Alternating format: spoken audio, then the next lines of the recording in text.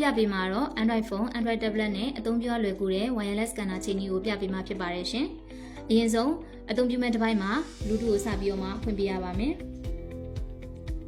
Bluetooth ဖွင့်ပြီးသွားတဲ့အခါမှာအသုံးပြုမဲ့တစ်ပိုင်းနဲ့ wireless scanner ချိတ်ဆက်ဖို့အတွက်ဆိုလို့ရှိရင် scanner မှာပါတဲ့ manual guide စာအုပ်မှာရှိနေတဲ့ Bluetooth HID mode ကိုဖတ်ပေးဖို့လိုအပ်ပါတယ်။ scan ဖတ်ပြီးသွားတဲ့အခါမှာ Bluetooth မှာဆိုလို့ရှိရင် scanner ရဲ့နည်းလေးတစ်ချက်တက်လာပါမယ်။ scanner နည်းတက်လာတဲ့အခါမှာ pair လုပ်ပေးရပါမယ်။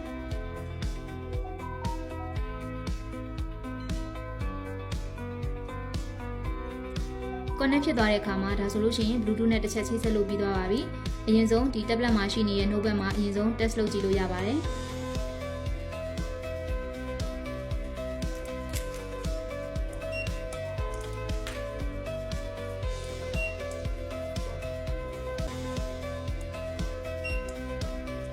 အခုဆိုလို့ရှိရင် Android tablet နဲ့ wireless scanner ကိုချိတ်ဆက်ပြီးတော့မှအသုံးပြုလို့ရပါပြီရှင်။